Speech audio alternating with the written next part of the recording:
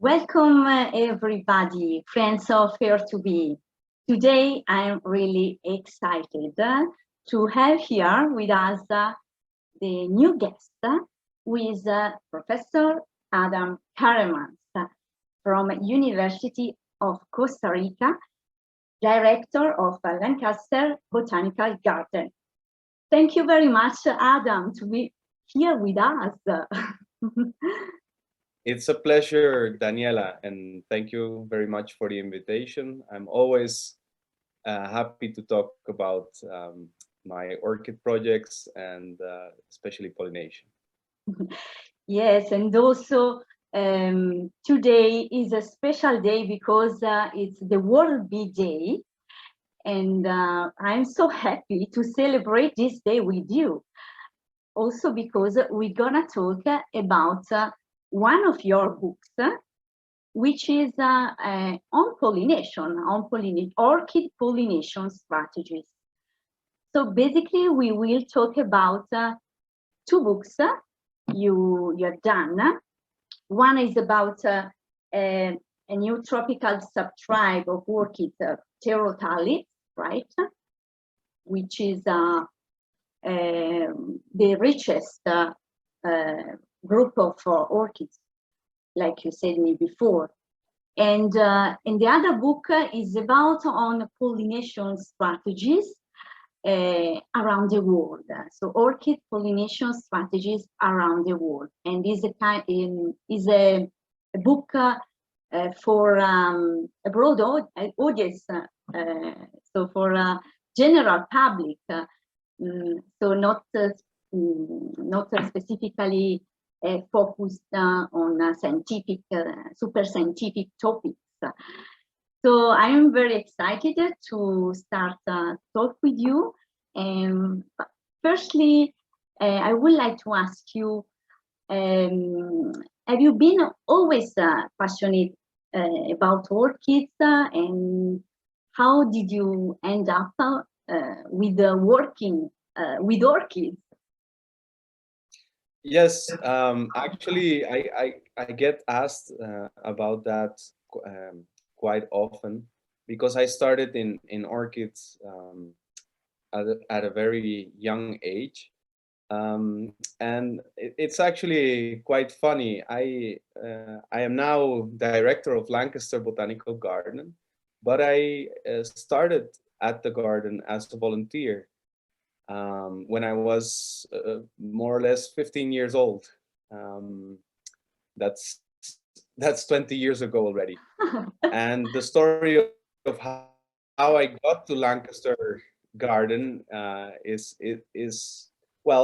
just a story of botany. I met Franco Pupuling at some point in my teens because I was already Italian, right? Yeah. Yes.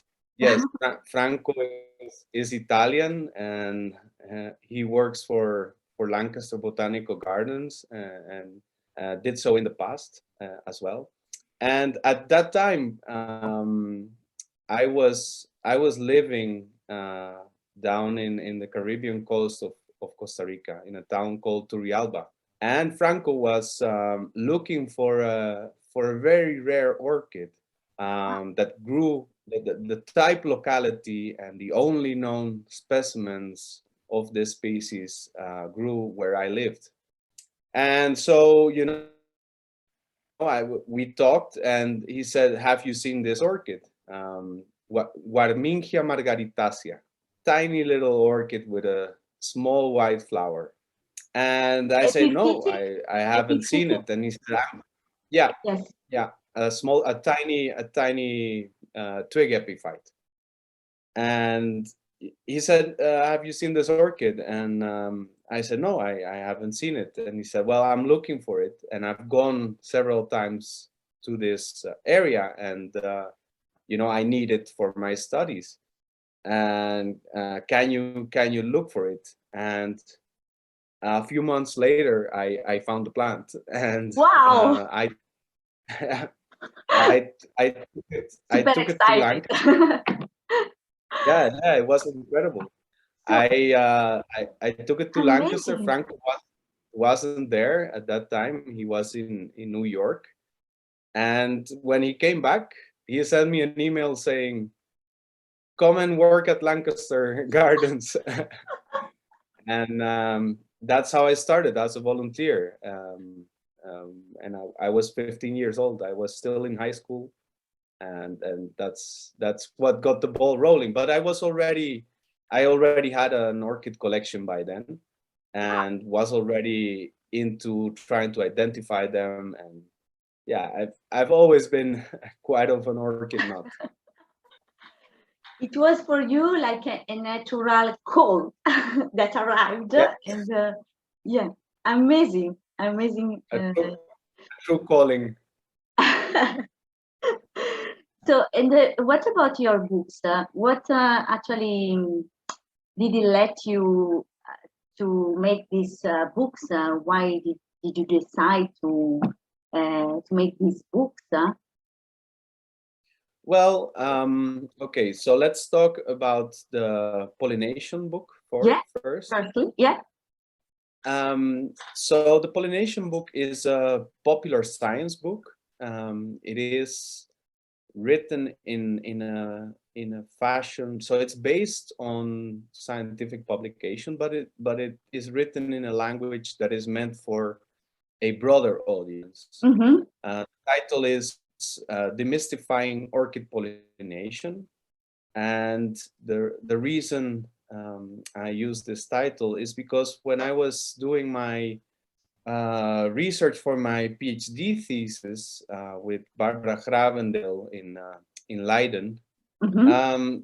we were studying pollination of one group of Costa Rican orchids, and whilst reviewing the literature, I realized that there was so much that was still unknown about orchid pollination, and there was so much literature, but so little accessibility or availability of the information. That's true for the general public. And most of it, yes, and most of it is hidden in scientific articles. There are hundreds and thousands even of publications, and to piece that all together into a story about orchid pollination, that was my objective since I think 2015, more or less. When I finished my PhD, I said, well, I want to write a book on orchid pollination and tell stories. And that the book is about story. The book is made of about 50 stories on orchid pollination, and going through all of the myths and ideas and conceptions and misconceptions that people may or may not have about orchid pollination, and what is true and what isn't, or at least, you know, and what we know and what we don't know, and what, you know, what there is evidence for and isn't evidence for. So that's the story. Yes, I had the chance, I have to say, to read some part of your book, and yeah, I found it really compelling because actually orchids are compelling plants. You know, they, with these incredible strategies, of course, appeal the attention of the readers themselves, and with in the way you wrote the book is really, you know, readable and entertaining, and so it's very easy to get immersed into this world of orchids and strategies and stories. So I was very pleased to and amazed to into reading your book, at least for the parts I read. But tell me about some, I don't know, any exciting strategy that you mentioned, or maybe something that you would like to just reveal a little bit to the public, just in anticipation, yes. Please. Of course. Well, what you said is very important. So demystifying doesn't mean we're taking out the magic of orchid pollination, right? Because in fact, there is so much to say about how orchids are pollinated, and most of these stories are really fascinating. Um, well, one of the most popular strategies known to orchids is, of course, sexual deceit, sexual deception as a pollination strategy. Yeah. And so here we talk about that as well, and tell the story of how some Australian orchids are pollinated through sexual deceit. And there is a very funny story of one group of little flies, male flies, that pollinate the genus Pterostylus, and they get, you know about that, of course, Yeah. because you wrote a paper about that. But it's funny because the poor male fly gets tricked, doesn't only get tricked into copulating with these flowers, but it also gets trapped by the flower in the process, and it is sent to an orchid jail, and the fly liberates itself by squeezing out through the cavity between the column um, and where the pollinia are, and in this process is able to remove the orchid pollen and transfer it afterwards. But yeah, that's one of the stories we talk about, and of course you're familiar with it. But it goes from there to, experiments that Darwin did on orchid pollination, which can be pretty incredible. For example, in slipper orchids, Darwin was initially convinced that slipper orchids had nectar somewhere in the base of this very big lip, right? This pouch. Yeah. And he thought that insects, large insects, would just from far away try to sip the nectar within this lip. And it's actually Asa Gray, an American botanist, who tells Darwin, well, I've seen small insects crawling into the lip and emerging from the sides where the antecaps are in slipper orchids. And so Darwin, after reading this in Asa Gray's letter, decides to try it himself, and collects a few small bees and flies, and puts them manually into the lip, and starts observing the behavior of these insects. And in one case, he finds that the bee is actually very successful in being able to come out of this pouch and removing pollen. And so Darwin, obviously being a meticulous scientist, literally writes, so I put it back several times to see if the bee would escape every time. And of course, that is methodologically very correct, but the poor bee must have been exhausted after this process, after being finally liberated and put by Darwin. So these kinds of stories are told in the book, and Yeah. uh, Also funny stories that are really cool and really unknown, and you just revealed in this book. That's great, Adam.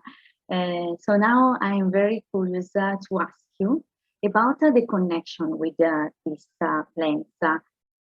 Which kind of emotions do you live where are in contact with orchids, or maybe you have some orchids in particular with which you feel particularly connected because you enjoy this, to study them.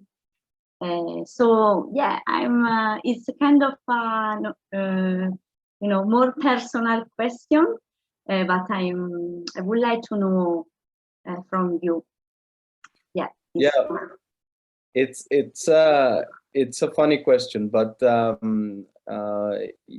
it's important too, because of course there are always feelings evoked by the things that you work with, and in this case also enjoy working with, and that's a fair question to make. Well, one particular orchid that always transports me is Cochleanthus aromatica, and that is because it has a beautiful flower, greenish sepals and petals, with a white and purple lip. But it's the smell of the flower that takes me back Wow.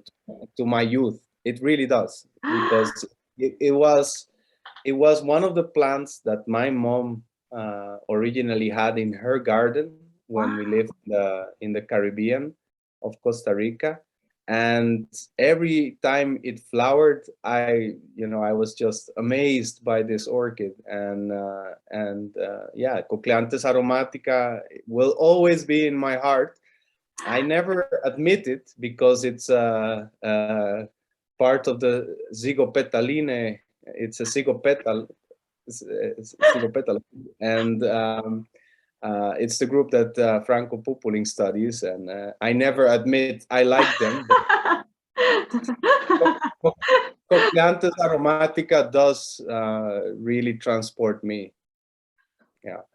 Wow, and also imagine that I no idea about this scent, but to me, when you describe that, I was immersed in something really exotic, really. Yes.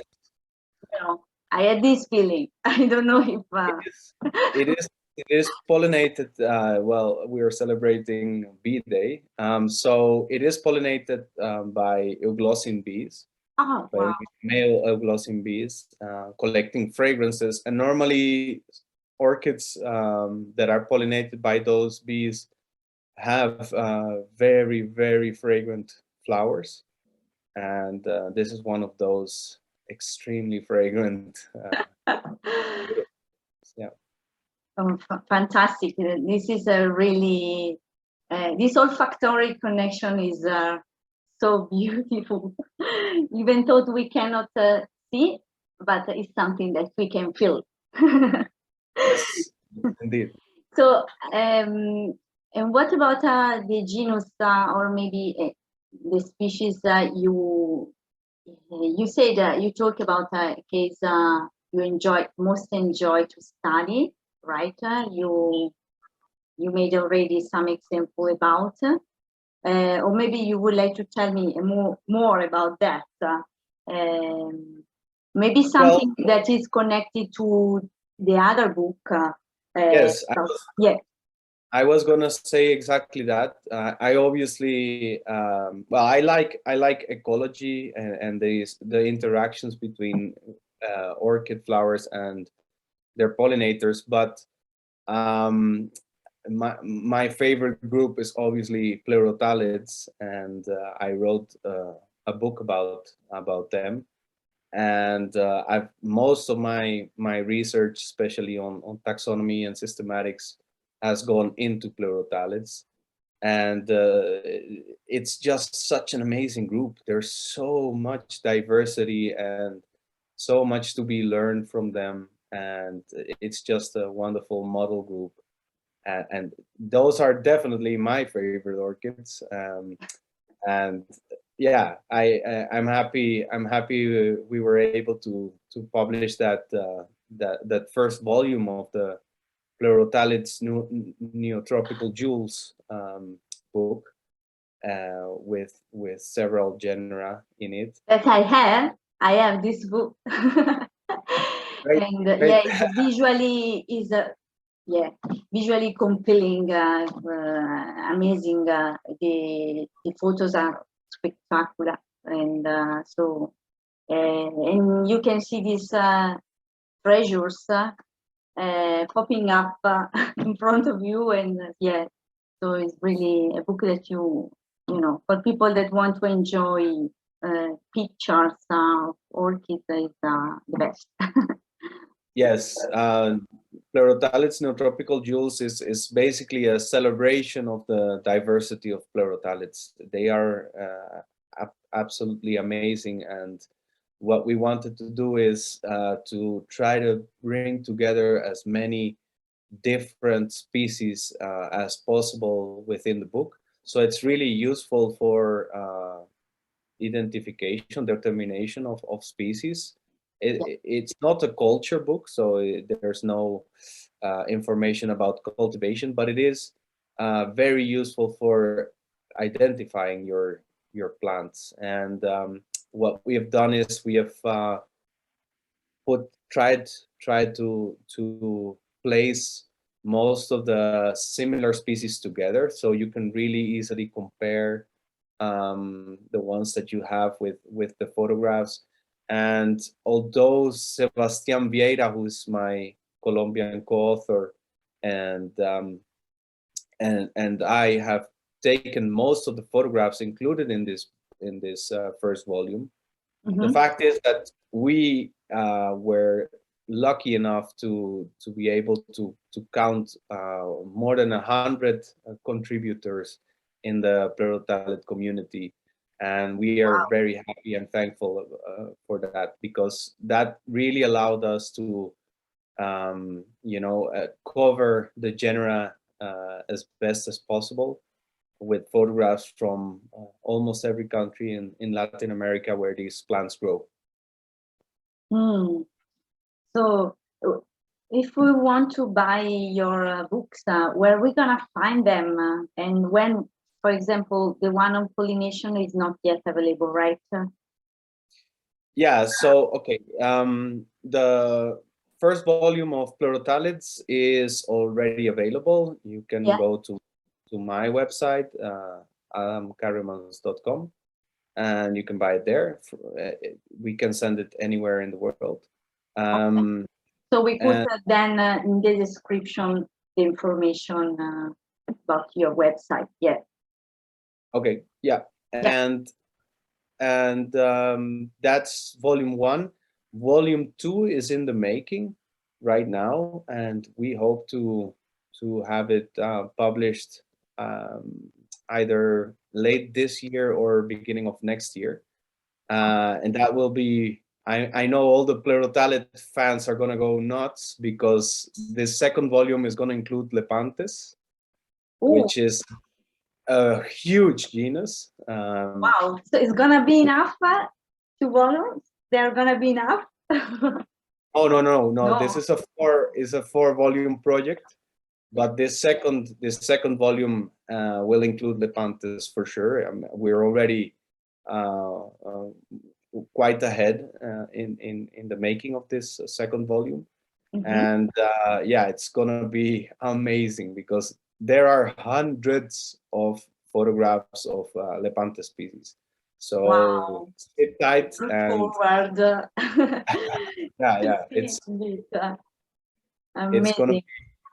it's gonna be very, very impressive, this chapter.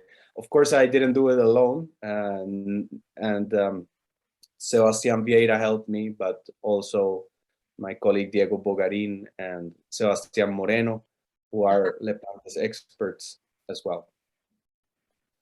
Yes, it's an impressive project. Yeah, that's right. Right. And what about the other book, Adam, Demystifying Orchid Pollination? Yeah, well, that's a different case altogether. That will be luckily published by Q Publishing. Wow, that's amazing. Yeah, that's Congratulations.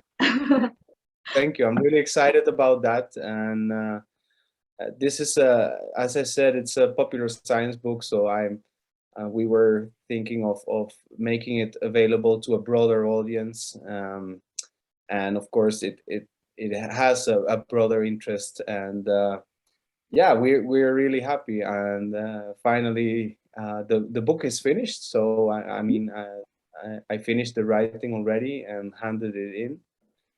So When? with any luck, yeah, with any When? luck, with any luck, we'll see it by the end of this year, or probably beginning next year as well. Wow. Yes. Let's see how that goes. But it's become quite a giant. It has 90,000 words right now. I think they're gonna crop it a little bit. So now it's under this process of editing. It's in the editing process, but it's finished. Okay. And it's gonna be unique in the sense that, as I said, it's a popular science book, but it will be well illustrated as well, with good photographs, high quality photographs, and a very nice detail, and that is QR codes. So that you can look at some of the videos of pollination whilst reading the book. So you don't need to do it, but if you want, you can read the QR codes and go to an external video. So you don't need to keep in things. That's fantastic as well. This combination, you know, you can read and then also see Yes, the pollinators in action. very, very interactive. At least that's what I'm going for. Fantastic. So have you got, I saw that yesterday actually you had a webinar at, with Oasis, which is an association of orchid amateurs from the center of Italy. So are you planning a series of webinars or presentations maybe for your books? Well, not right now. Not right now. I got invited specifically for that webinar, but I think that after the pollination book is published, we will be giving some talks about that, and telling people more about the stories and the incredible, fascinating strategies behind orchid pollination. Okay, thank you very much, Adam, for sharing this this knowledge and the contents of your books, and yeah, and your story as well, because our orchids now are part of your story, your life, and yeah, it's really beautiful to hear personally the story of how you were in contact with these plants since the beginning, and how you developed your passion in your career, in your work. So thank you very much for that. Of course. Well, you're welcome, and thanks so much for this wonderful interview and a little bit of space to tell these stories. And well, I hope your audience enjoys it. Surely the audience will enjoy. So I look forward to seeing your next your books and maybe have another interview with you, Adam. See you soon. Bye. Saludos.